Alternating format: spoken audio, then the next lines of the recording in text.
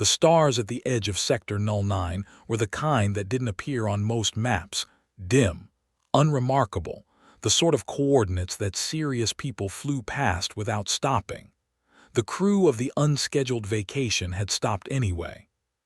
"There's a weird gravitational signature off the port bow," said Lieutenant Danny Acaffer, not looking up from her scanner. "Could be a collapsed dwarf, could be lunch. Hard to tell." Commander Yeva Marsh stood at the center of the bridge with a mug of coffee in one hand and a look of mild curiosity on her face. She was 39 years old, had survived 2 deep space accidents, 1 alien plague scare, and a particularly bad staff meeting in 2271, and she had learned long ago that the universe rewarded the people who leaned in when things got strange. "Let's take a look," she said.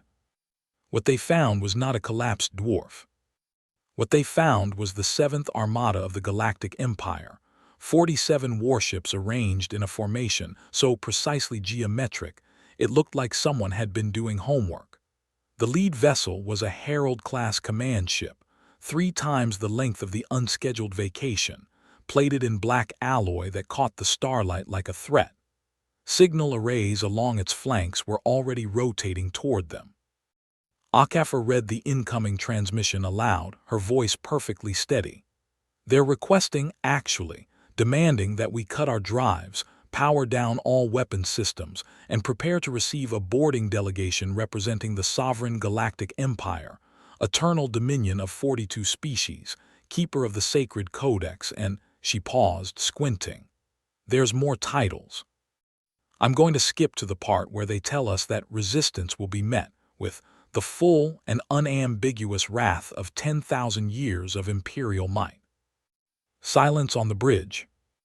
11 seconds of silence, to be precise, which was later confirmed by the ship's log. Then someone started laughing.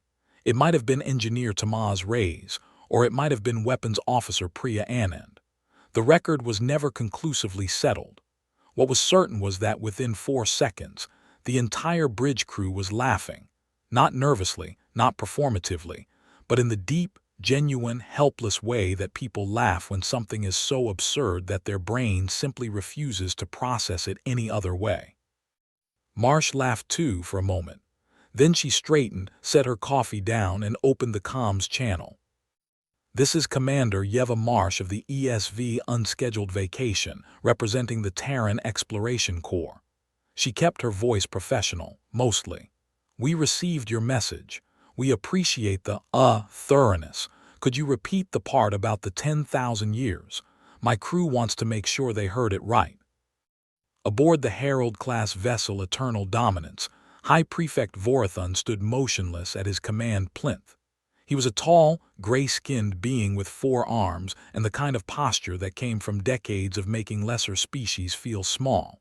He had performed 46 first contacts in his career. All 46 had proceeded according to protocol.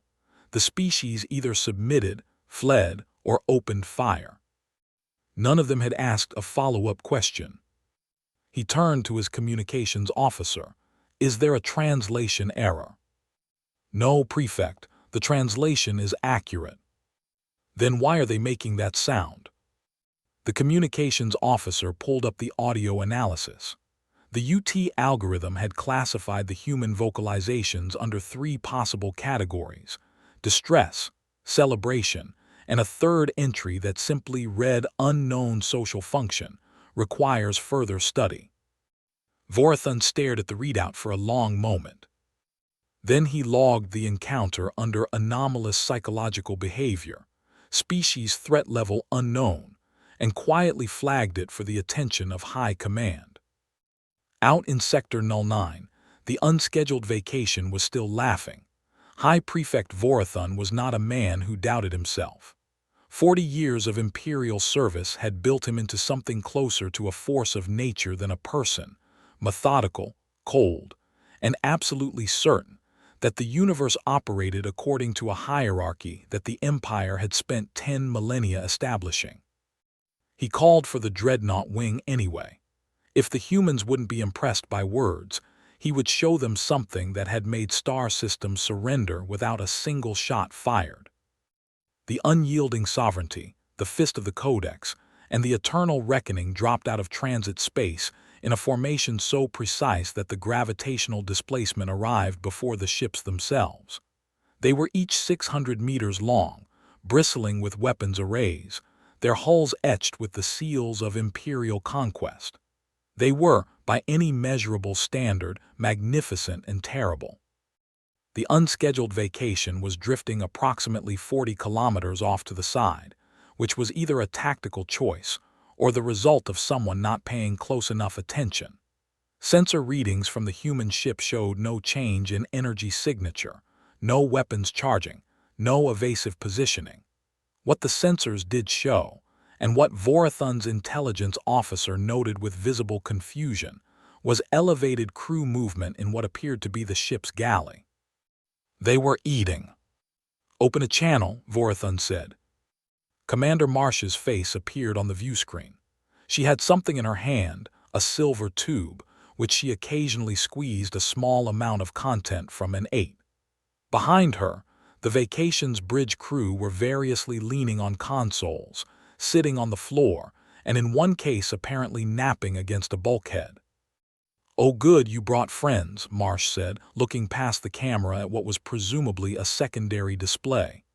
"That's a very nice formation, very pointy. Did you practice that?" Vorathon's left secondary hand tightened involuntarily. "Commander Marsh, you are in the presence of 3 Imperial dreadnoughts representing the combined firepower of—" "What is that you're flying?" Marsh interrupted, tilting her head. "That center ship, is that a sovereign class? We have one of those in a museum." Complete silence on the Imperial bridge. "It's the class has been updated significantly since." No, it's great. Very classic. We love a classic." Marsh finally seemed to look directly at the camera. "Listen, we appreciate the whole gesture, really. But we've been out here for 11 months and we've still got about 40% of our provisions, and we were thinking, do you want to stop and have a meal? We have something called shakshuka that Tamaz made this morning, and it is genuinely life-changing." Vorathon stared at her. "We could talk," Marsh continued, as if this were a perfectly reasonable diplomatic proposal. "You clearly want to talk, otherwise you wouldn't have sent the whole speech earlier. We want to talk. This seems like an opportunity." The communications officer leaned toward Vorathon and whispered, "Prefect, their weapons are still offline. They haven't moved. I don't believe they're attempting deception." "Then what are they attempting?" Vorathon whispered back. The officer thought about it. "I genuinely don't know, sir." Vorathon declined the meal. He composed his report that evening with considerable care, choosing words that would convey the situation accurately without making him sound like he had lost control of it. He described the humans as displaying non-standard threat assessment responses and anomalous social behavior under demonstrated military pressure. He did not mention the tube of paste.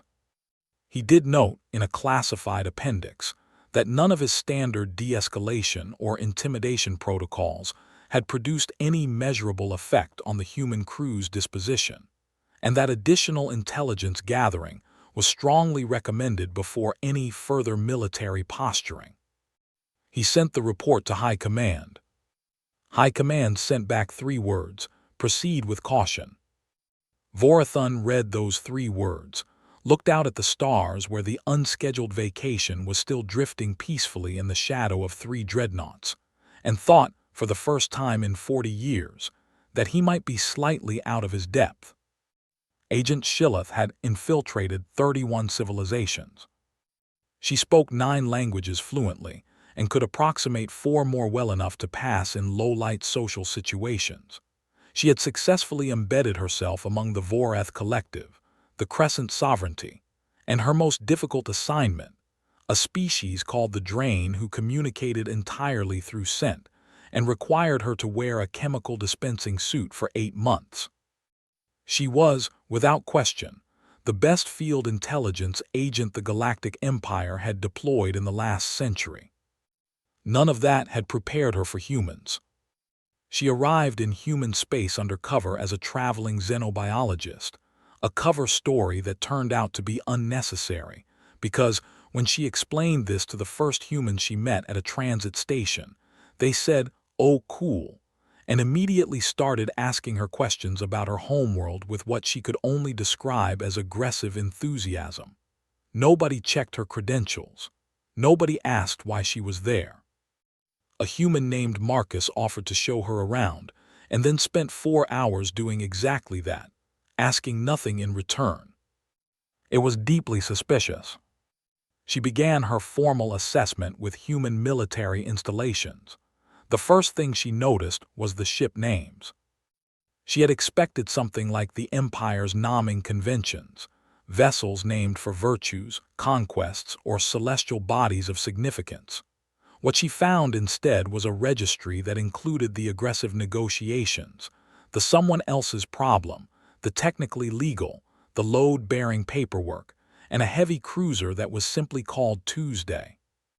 She spent an afternoon trying to decode the strategic significance of these names before concluding, reluctantly, that there wasn't one.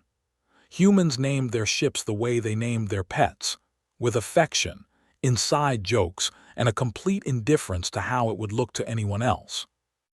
The military doctrines were worse.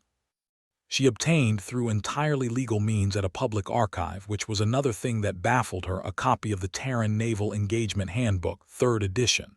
It was a serious document, tactically dense, historically grounded, clearly written by people who understood warfare at a deep and sophisticated level. It was also full of footnotes, not clarifying footnotes, funny footnotes. Footnote 47, attached to a section on prolonged siege tactics, read simply, "Don't. Seriously. Just don't see the Kepler Station incident 2244 and also the entire month of March." She cross-referenced the Kepler Station incident. It was a tactical disaster that had lasted 19 days and ended with the commanding officer resigning and writing a memoir. The memoir was a bestseller. Humans had bought it, apparently, because it was funny.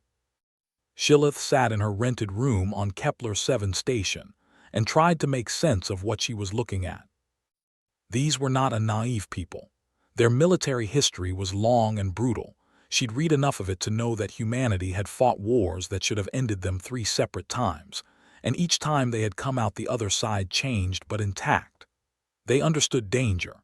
They had faced genuine extinction-level scenarios and survived them through a combination of ferocity, adaptability, and what their historians called a frankly unreasonable refusal to accept the obvious conclusion.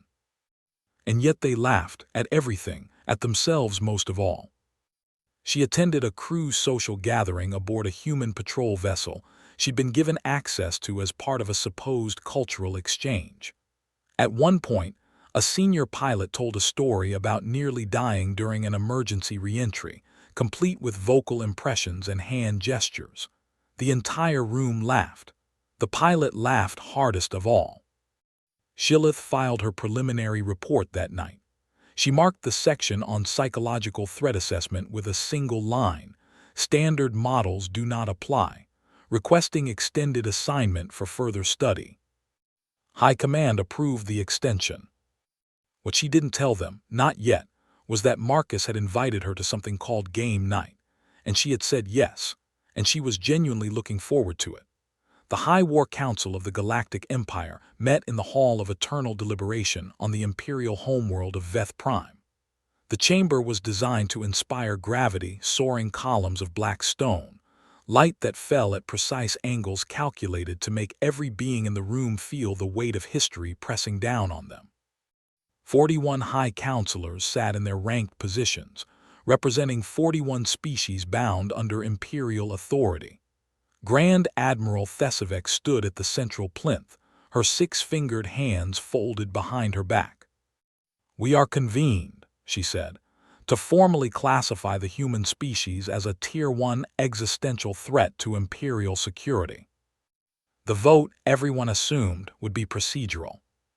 Then the courier arrived. He was a young imperial aide who had clearly been instructed to deliver the package immediately regardless of circumstances. and who now stood at the entrance of the Hall of Eternal Deliberation, holding a woven container with what appeared to be a ribbon on it. He looked like he wanted very much to be somewhere else.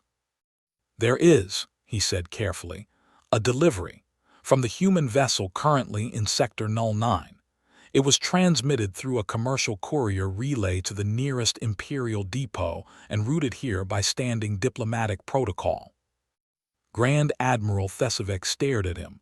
"During a War Council session. The protocol does not specify exceptions for War Council sessions, Admiral." There was a long silence. "Bring it in," Thesevec said, because 41 High Counselors were watching, and she was not going to give them the satisfaction of seeing her rattled by a basket. The contents were catalogued by the chamber's security staff before anyone touched them. One sealed container of a dark liquid, the scanner identified as a stimulant beverage. One smaller container of a powdered supplement. A handwritten card, actual handwriting on actual card stock, which no one had done in formal communication for 200 years. And a small fabricated object in the shape of a human warship, soft to the touch, approximately 15 centimeters long. Counselor Drevath of the Mureni Sovereignty picked up the card and read it aloud because someone had to. "Heard you were having a meeting about us. Thought you could use this. The coffee's from a place called Columbia and it will change your life. The little ship is for whoever needs it most. Yeva." The Hall of Eternal Deliberation was very quiet. "It's psychological warfare," said Counselor Pren immediately. "Designed to destabilize, to make us feel observed, to humanize themselves before we act." "That's possible," said Counselor Drevath. "It's also possible," said old Counselor Yeth of the Shan Protectorate, who was 340 years old and had seen a great many things, "that they simply sent us coffee." Thesevec looked at the sealed container for a long moment. Then she looked at the tiny soft warship. "Table the threat classification vote until the next session," she said. "I want full intelligence files on humanity's military engagements, not summaries. Full files." She picked up the coffee container. "And someone find out if this is safe to consume." It was safe. It was, by the account of the 3 aides who tested it first, extraordinary. Thesevec drank a cup while reading Agent Shillith's preliminary report that evening. She read the line, "Standard models do not apply," 3 times. Then she looked at the small soft warship sitting on the corner of her desk, where she had put it for reasons she preferred not to examine too closely, and she thought, what in the 10,000 years of imperial history are we dealing with? She didn't have an answer. She poured a second cup and kept reading. The engagement at Meridian Point was meant to be a lesson. High Command had been explicit in the mission briefing. This was not a war, not yet. It was a demonstration. A contained, precise application of force designed to communicate to the human species, in language they could not laugh off or redirect with coffee, that the Galactic Empire was not something you treated casually. Commander Vorathon promoted quietly from High Prefect partly because someone needed to be in charge of this and partly because he already had context on the humans and there was no point starting fresh, was given a battle group of 12 vessels and clear parameters.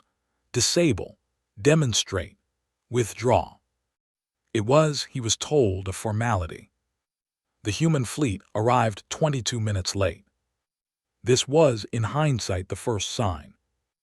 Vorathon had been tracking their approach for half an hour on long-range sensors, and they had been on a clean intercept vector until approximately 30 minutes out, when they had altered course by 11 degrees and slowed to a leisurely cruise speed. He had initially read this as a flanking maneuver. His tactical officer had initially read it as a flanking maneuver. Everyone on the bridge had read it as a flanking maneuver.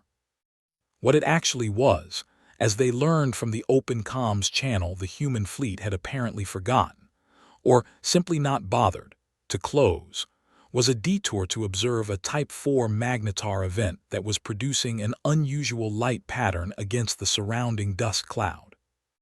"It's doing the thing," said a voice that sensor analysis later identified as belonging to Lieutenant Akafer. "Tamaz, it's doing the thing. Come look." "I'm looking," said another voice. "Log it." "I'm logging it." "Is it logged?" "It's logged." "Good, okay, back to the battle." Vorathon had sat with that for a moment. Then he had ordered his fleet to combat positions and decided that whatever happened next was on the humans. What happened next was precise, fast, and humbling in a way he hadn't been prepared for. The human fleet, 8 vessels, none of them larger than a mid-class cruiser, engaged with a tactical fluency that his analysts later described as unconventional in structure but theoretically elegant. They didn't fight the way Imperial doctrine predicted. They didn't follow any engagement model his tactical library recognized. What they did instead was something that seemed almost improvised but produced results that were measurably, undeniably effective. 3 of his 12 vessels were disabled in the first 7 minutes. Not destroyed, disabled, weapons and drives offline, life support intact. 2 more were forced into retreat vectors by a pincer movement that his tactical officer said should not have worked given the mass differential, but had worked anyway. The engagement lasted 44 minutes. At the end of it, Vorathon's battle group was scattered, 5 vessels down, and the human fleet was sitting in a loose formation that looked, again, almost casual, like they were waiting for a bus.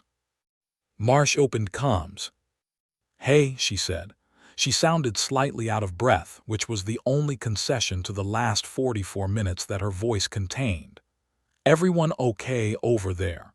We tried to keep it clean. If anyone needs medical assist, we've got a good crew." Vorathon looked at his bridge. His tactical officer was running damage assessments. His communications officer was very carefully not making eye contact with him. Outside the viewport, the eternal reckoning was venting drive plasma in a slow spiral. "We do not require assistance," he said. "Okay, offer stands." A pause. "You know, we really didn't want to do this," still open to the meal conversation. He closed the channel. He sat in his command chair for a long time after that, looking at nothing in particular, while his crew quietly worked around him. Then he opened a channel to High Command and filed the most difficult report of his career, which was saying something, because the last several had not been easy. Subject line: "The demonstration did not go as planned." He did not add that the humans had apparently stopped to look at a magnetar on the way. Some things, he had decided, were better left out. Her final official report ran to 63 pages, which was unusually long for field intelligence. High Command had asked for thoroughness, and Sheila had decided, somewhere around page 40, to give them exact everything. The ship names, the footnotes, and the menus. The way human crew members argued about cooking as if the stakes were genuinely high. The way they named their weapons after things that were either threatening or mildly absurd, and seemed unable to tell the difference or care. The way they maintained unit cohesion not through hierarchy and fear, though they had hierarchy and respected, but through a kind of constant, low-level mutual acknowledgement that they were all together in the middle of something difficult, and they didn't find it funny. On page 47, she documented Game 9. It had been a Thursday. Mark had gathered 6 people in the vacation small crew lab. Akafer was there, and Reyes, and a young navigation ensign named Petra, apparently known for her competitive streak. They had played something called Settlers, which involved resources and roads and a dice mechanic that Shillith had found easy to understand and impossible to win. Reyes had won. He had celebrated by saying nothing, just leaning back in his chair with quiet satisfaction while everyone else complained at him.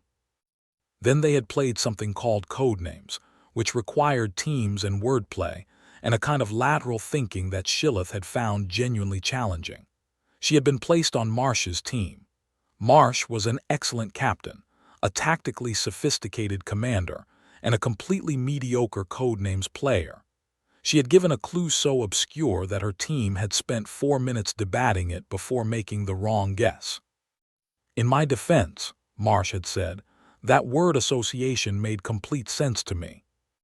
That's the problem, HFY had told her. Everyone had laughed. Shillith had laughed too. She had realized, somewhere in that moment, that this was what she had not understood from the outside. The laughter wasn't a coping mechanism in the clinical sense. It wasn't avoidance or denial. It was something more structural than that. It was the thing they used to stay connected to each other across the enormous distances, the long deployments, the accumulated weight of a species that had been through more than it should have survived. They laughed because they had decided, collectively and probably without ever phrasing it this way, that the alternative, carrying it all in silence and isolation, cost too much. On page 61, she wrote, "Humanity does not laugh because they do not understand the danger. They laugh because they understand it completely and have chosen a different relationship with it than any other species I have encountered. This is not a weakness. I am not certain it is something we can counter." On page 63, she added a personal note. "I am requesting permanent reassignment to the Human Liaison Division, if such a division is created. If it is not created, I would like to formally request that it be created and that I be assigned to it. I am aware this is irregular. The situation is irregular. I believe extended engagement with this species requires someone who has spent sufficient time with them to avoid making the mistakes that come from observing them from the outside. I am also aware that I attended 14 social gatherings during this assignment instead of the authorized 3. I stand by this as necessary for complete intelligence coverage. Marcus says hello." She submitted the report, closed her terminal, and went to find out if there was any of Ray's shakshuka left. There wasn't, but he made more. The invitation was transmitted through 9 diplomatic relays, encoded in the highest-tier imperial cipher, and accompanied by a formal letter of conveyance that ran to 4 pages of historical preamble before it got to the actual point. It was, by every conventional measure, the most significant diplomatic communication the Empire had sent in 300 years. Marsh read it on a Tuesday morning with her second cup of coffee, and replied within the hour. "We'll be there, Yeva." The Imperial diplomatic staff spent 2 weeks preparing the reception hall on Veth Prime, the same hall where the War Council had met, now dressed in the ceremonial materials of genuine dialogue. The pale stone banners that meant we speak as equals, the floor seals representing every species under Imperial protection, the light calibrated to be welcoming rather than weighty. They prepared 27 different menu options to accommodate human dietary requirements, sourced from intelligence files that Agent Shillith had helpfully annotated with personal notes like "they care about this more than you'd expect, and coffee is non-negotiable. Just have it." The unscheduled vacation arrived in Veth Prime orbit exactly on time, which surprised everyone, and then requested permission to land directly rather than shuttle down, which surprised everyone more. The vessel that settled onto the Imperial landing platform was technically a frigate. It had the registration and the mass profile of a frigate, but it had been painted at some point with small stylized stars along the hull and had a name plate that the protocol staff photographed for the record and then stood looking at for a while. Unscheduled vacation. They had named their ship Unscheduled Vacation and then taken it to meet the Emperor. Marsh walked into the hall of deliberation in a dress uniform that was sharp and well-maintained, accompanied by HFY and a junior diplomatic attaché named Sumin Park, who had apparently studied Imperial protocol for 3 months and was quietly terrified. Marsh herself was not terrified. She looked around the hall with the frank, open curiosity of someone visiting a place they'd wanted to see. "This is beautiful," she said to the Imperial Chamberlain, and clearly meant it. The Emperor was old by any species standard, ancient, even. He had sat the imperial throne for longer than human spaceflight had existed. When he entered the hall, the assembled staff bowed in a wave, and Marsh inclined her head in what she'd clearly been briefed was an appropriate gesture of respect. They sat across from each other at a table that had been used for planetary surrenders and peace treaties, and one very famous argument that had reshaped the outer sectors. "Commander Marsh," the Emperor said through his translator, "I asked for this meeting because I find myself without the context I need to understand your people." "I'll do my best," Marsh said. "Your species was not known to us until recently, and in the time since first contact, you have," he paused, choosing words carefully, "responded to us in ways that no species in our history has responded. The laughing thing, among other things." Marsh was quiet for a moment. When she spoke, she didn't rush it. "We have a history," she said. "It's not a clean one. We've fought each other for most of it. We've had plagues that took a third of our population. We've had famines, climate collapse, wars that we thought would end us and almost did." She looked at the Emperor steadily. "And somewhere in the middle of all that, we figured something out. Fear is expensive. It costs you in ways that are hard to recover from, in how you treat each other, in what you build, in what you're willing to risk. So we found something cheaper." "Laughter," the Emperor said. "It's not the same as not being afraid," Marsh said. "It's more like we looked at the thing that scared us and found the part of it that was absurd. Because there's always a part that's absurd. And once you can laugh at it, it doesn't own you the same way." The Emperor looked at her for a long time. "Your ships," he said finally, "the names." Marsh smiled. "Yeah. Someone else's problem. That one was my idea, actually. Different ship. Tuesday. Heavy cruiser, phenomenal crew." The Emperor was quiet. Then, very slowly, something moved across his ancient face that his attendants had not seen in a very long time and could not quite name. "I think," he said carefully, "that we have been approaching this incorrectly." "Probably," Marsh said, "but here we are." The agreement took 9 days to negotiate. This was, by imperial diplomatic standards, extraordinarily fast, the kind of pace that normally required a war to achieve. The human delegation moved quickly, asked direct questions, pushed back firmly on points that mattered and let go easily of points that didn't, and had a remarkable ability to cut through ceremony to find the actual substance of a disagreement. On the 5th day, Marsh pushed a data pad across the table and said, "I think the section on resource transit rights is making this more complicated than it needs to be. Here's a draft." It was 3 sentences. The Imperial legal team spent 40 minutes confirming that 3 sentences were sufficient. They were. The final document was titled, in the Imperial Codex, the Treaty of Mutual Engagement and Non-Aggression, Provisional. In the Terran diplomatic record, it was titled the Mutual Agreement to Not Be Weird About It, which was what Marsh had called it on the 3rd day as a joke, and which had then stuck because it was, everyone agreed, basically accurate. High Prefect, now Liaison Director, Vorathon read the final text twice before signing it on behalf of the Imperial delegation.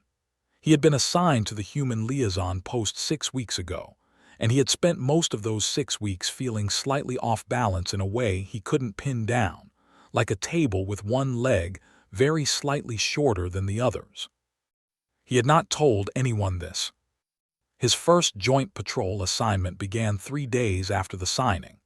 He reported to the unscheduled vacation at 800 hours with his kit, his briefing materials, and the careful composure of someone who had spent 40 years being the most formidable presence in any room. He was shown to a bunk that was slightly too short for him. He was given a set of operational protocols that included, in Section 7, a note that read, "If something seems wrong, say something. We don't do the suffering in silence thing here."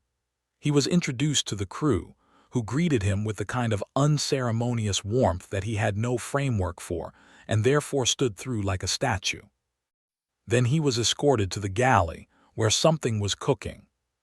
7 people were arguing. The argument was about chili, specifically, about whether the inclusion of beans made something technically not chili or simply a different regional variant of chili, and whether that distinction mattered, and whether it mattered whether it mattered. The argument was loud. It was completely good-natured. It had apparently been ongoing with intermissions for 4 years. Engineer Reyes handed Vorathon a bowl without interrupting his own side of the argument. Vorathon looked at the bowl. He looked at the 7 people arguing around him. He looked at Akafar, who was sitting on the counter eating her own portion and watching the argument with the comfortable enjoyment of someone watching a favorite performance for the 100th time. She caught his eye and shrugged. "It's always like this," she said. He tried the chili. It was the word that came to him from somewhere was surprising. Not the flavor specifically, though the flavor was complex and interesting and warmer than he'd expected. Surprising in the way the whole room was surprising. Loud and crowded and full of people who had chosen, apparently, to spend their lives in close quarters in the dark between stars, arguing about beans, and meant every word of it. He did not laugh. He was not there yet. He was not sure he would ever get there exactly. But he understood the impulse. For the first time in 40 years of certainty, he understood it completely. That evening he opened his duty log and began the entry for the day. After the formal operational notes, he added a personal notation, something he had not done since his first year of service, 38 years ago. He wrote, "Humanity is not what we thought they were. I am not yet certain what they are. I believe it may take some time to find out." He paused. Then he added, "The food is good." He stared at that for a moment. Then he added one more line, the line that would later, when the logs were eventually archived in the Imperial record, be noted by historians as the last entry in the threat assessment file that had been opened on humanity the day the unscheduled vacation first appeared at the edge of Sector 09. Threat level reclassified, reason complicated. He closed the log, finished his coffee, and went to find out what the argument about the beans had resolved into. It hadn't, it probably never would. He sat down anyway. And